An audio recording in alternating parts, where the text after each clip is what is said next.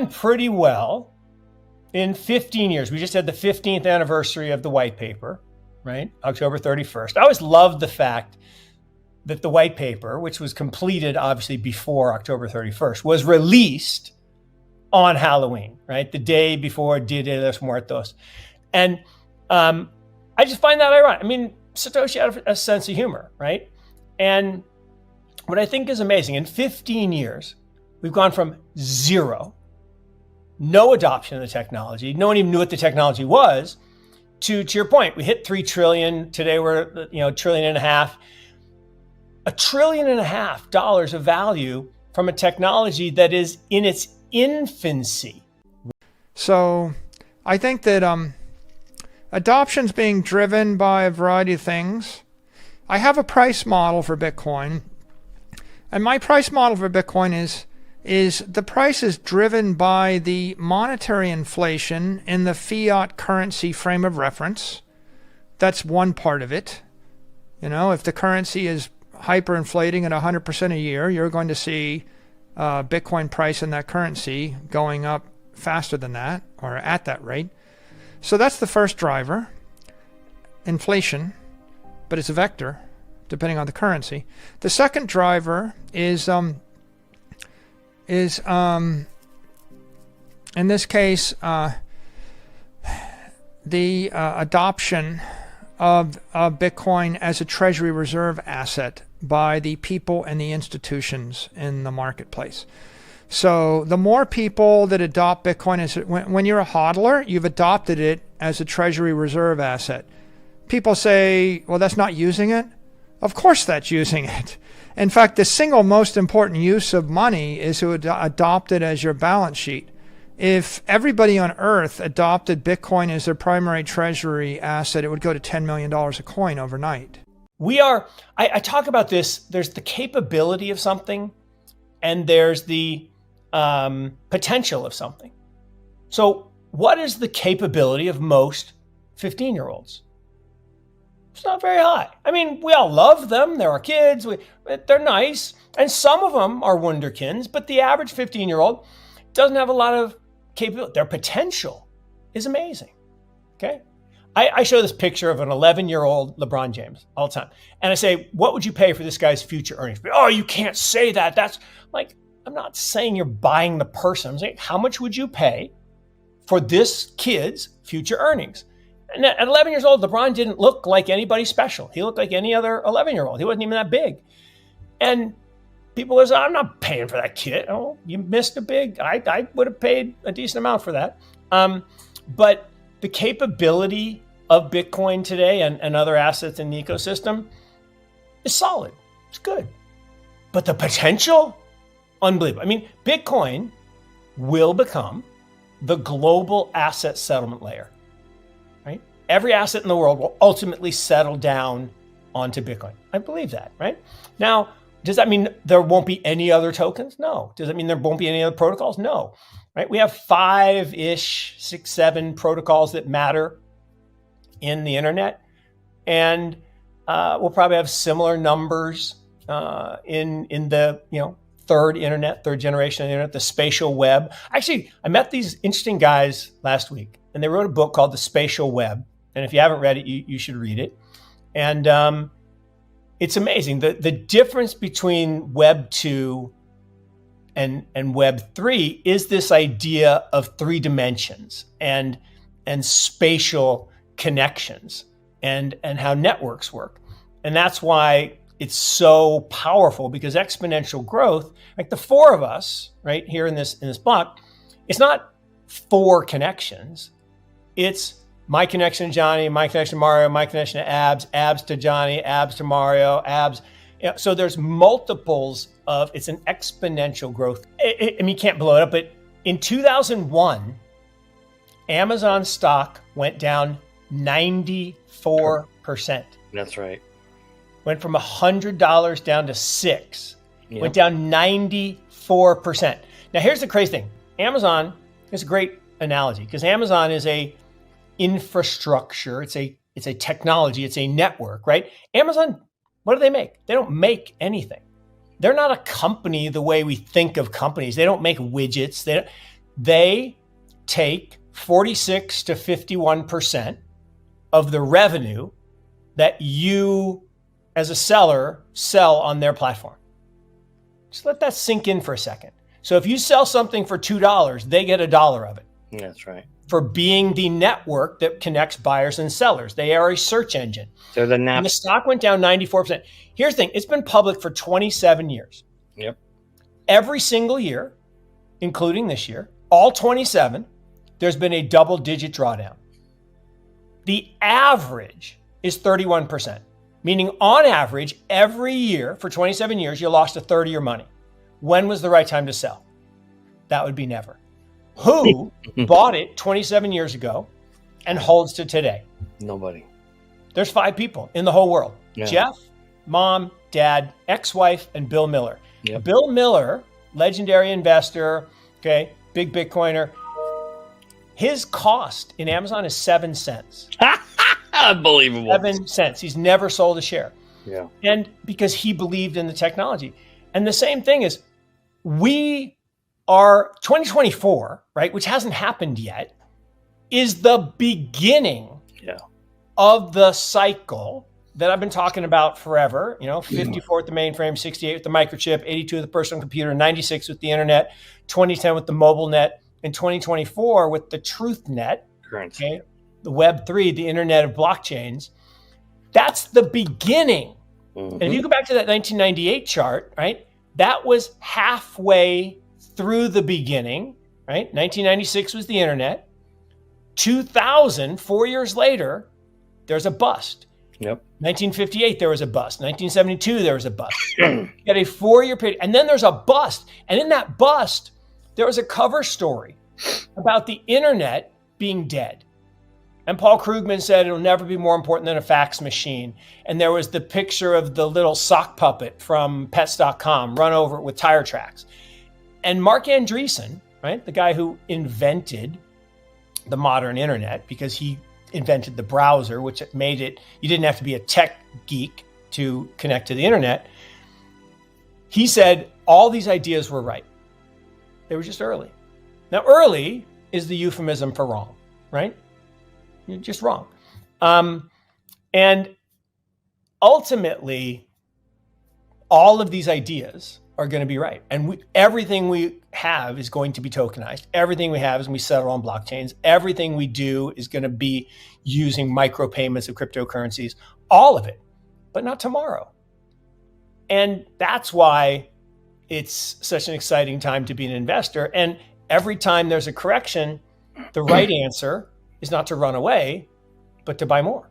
Yes. And if you don't know what an S-curve is, get the book, The Great Boom Ahead, this weekend and read it. It's an easy read.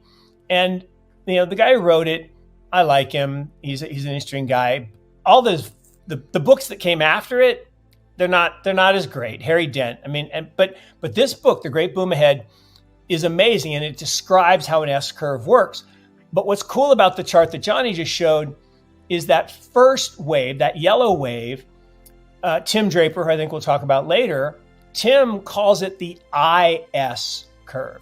So you get this little I, this little mania around every new innovation, and then it peaks and it crashes, and then we get what's called the trough of disillusionment.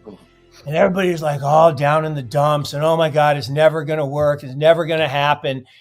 And then suddenly it just starts to ramp. And when you hit that knee of the curve, when you get from the early adopters to the middle majority, it takes 10 years to go through the first phase, right? To get the first 10%.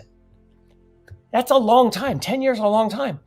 And you're just waiting and you're waiting and you're waiting. And the problem is you FOMO'd in at the peak of the eye and you lost some money. And that sucks. But you got to be patient and you got to accumulate and you got to average down your cost. And because ultimately that slope, that upward slope of the blue line is going to happen. And what I love about this is you could use that not just for the singular technology, but for money, right? So for 5,000 years, gold has been money, right? Money is an asset that exists in the absence of a liability. Everything else that we think of as money is not money, it's currency. Currency is backed by debt, controlled by governments. It can be devalued at the stroke of a pen. And that's what happens to every currency in the history of mankind. They all get devalued down to zero. But gold, for 5,000 years, has stayed the same. A single ounce buys a fine person's suit.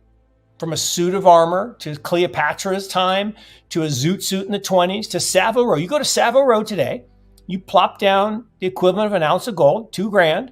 What are you going to get? You're going to get a fine person's suit. Same thing for 5,000 years.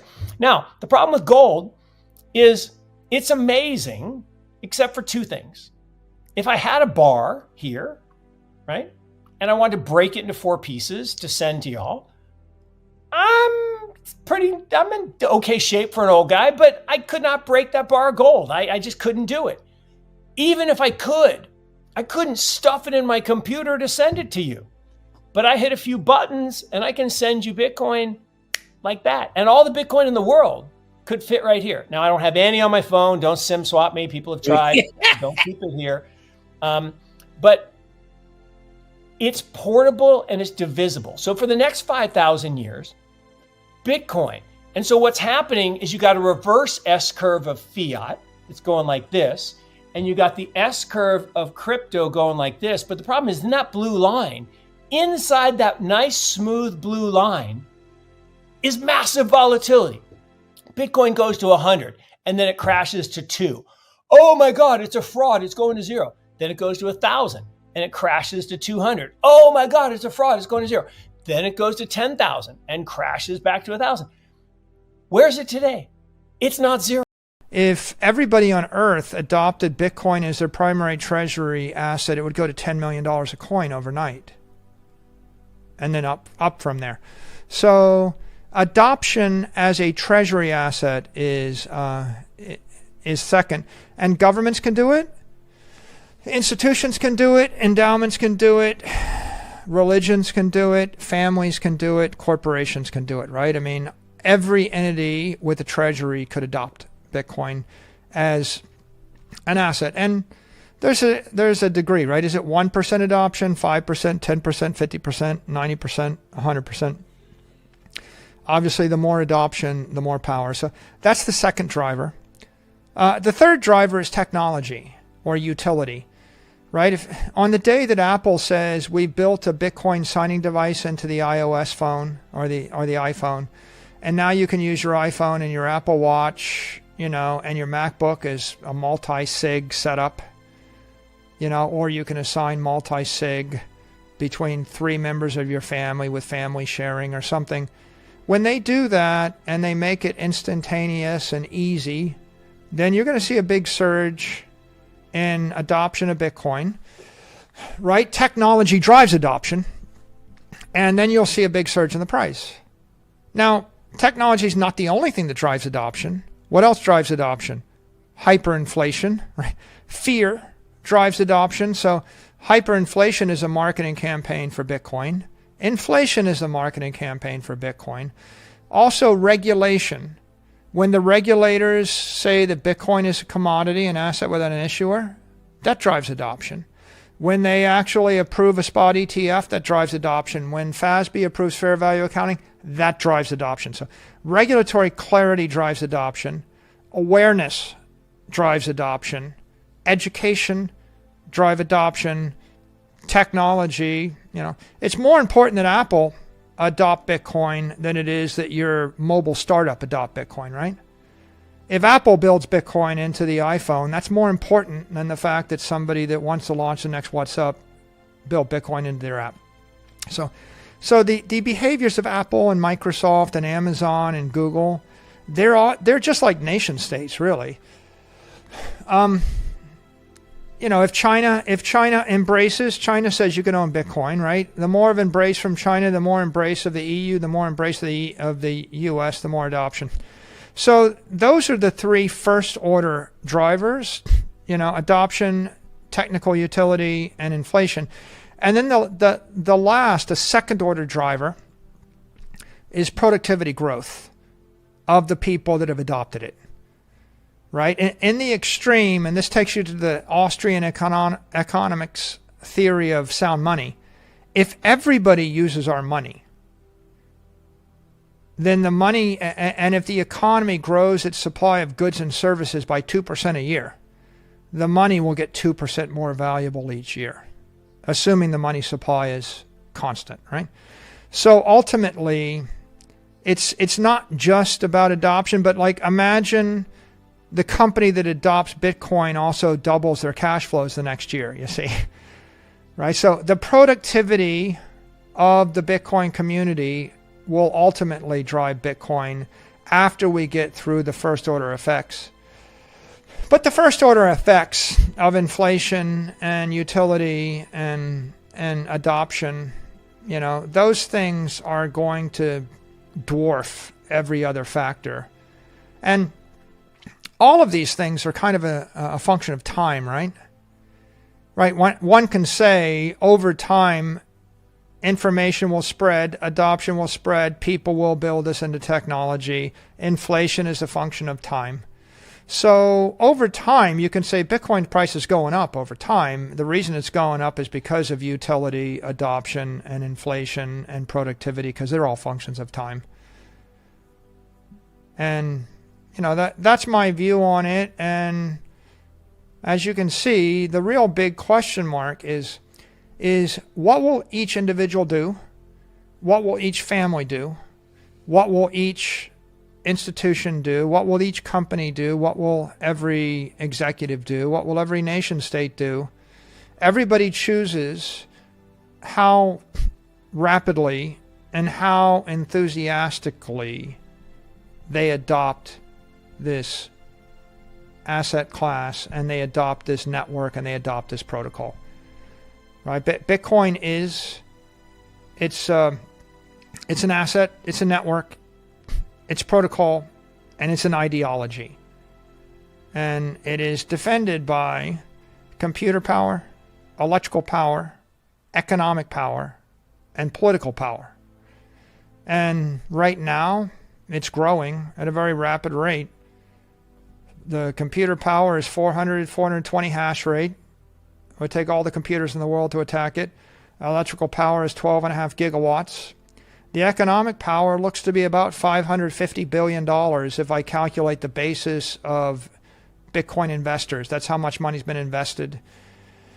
You can get to that back of the envelope estimate if you just take the 4-year simple moving average and multiply by the outstanding supply, and that's a pretty good surrogate for, on average, what people have invested to buy their Bitcoin. And then the political power is 220 million people that own some of it, right? And I mean, that's Google's best estimate right now. I think it's growing by millions every month. I expect we'll be 1 billion sometime this decade. And of course, 220 million people with $550 billion invested don't want their money taken away. And that's what drives their political behavior, and that's what drives the network. So there we go. Most wealthy families, most wealthy investors I run into, they own real estate. And they own real estate in London and Paris and New York and LA and middle of Miami, places that people want to be. And the strategy for accumulating wealth is levered long property, right? If you really want to get rich, then you have to borrow a lot of money, buy something highly desirable, hold it for a long period of time, wait for the monetary inflation to drive up the value of it, right? You bought $1 billion worth of real estate in London, you paid 3% interest, it traded up 7 or 8% a year, and you're generating 4% yield on $1 billion every year for 10 years, and all of a sudden you've just made yourself hundreds and hundreds of millions of dollars, right? So that has been the only strategy. I think Bitcoin is now emerging as something superior to that. Bitcoin allows you to take on a strategy of acquiring scarce, desirable property, but now you can acquire it in units of $20 at a time or $200 at a time. And so it's an egalitarian strategy for wealth creation or wealth preservation. The big catalyst here, I mean, the first one was, Satoshi's creation of Bitcoin, right? Put a big star on the map nearly 15 years ago, coming up in a few weeks, is the anniversary of the white paper. The second big milestone was the end of the block size wars, when Bitcoin was established, as this censorship-resistant network that's resistant to the meddling of corporate interests and others, and we sorted out what's the dominant chain, and a lot of theory and a lot of values got cemented in the block size wars.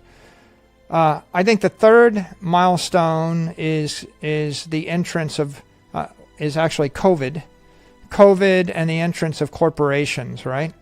COVID catalyzed corporations to look at Bitcoin. So without COVID, MicroStrategy doesn't do Bitcoin. And without MicroStrategy doing Bitcoin, probably the next set of companies don't do it. You don't get 24 Bitcoin holders, and then you don't get the accountants interested, and then you don't get fair value accounting, and then you don't get the clamor for the ETFs and the spot ETFs. So that was the next milestone. Then after that, the spot ETF will be the next really big milestone, because it'll be a high bandwidth institutional on-ramp for tens of billions or hundreds of billions of dollars of capital. And so that's really key. So, and then after that, the embrace of the traditional banking networks, right? The Deutsche Banks, the Santanders, other banks starting to custody Bitcoin and provide banking services. So all of those things coming together, they actually deliver digital scarcity as a fungible liquid asset to all classes of investors.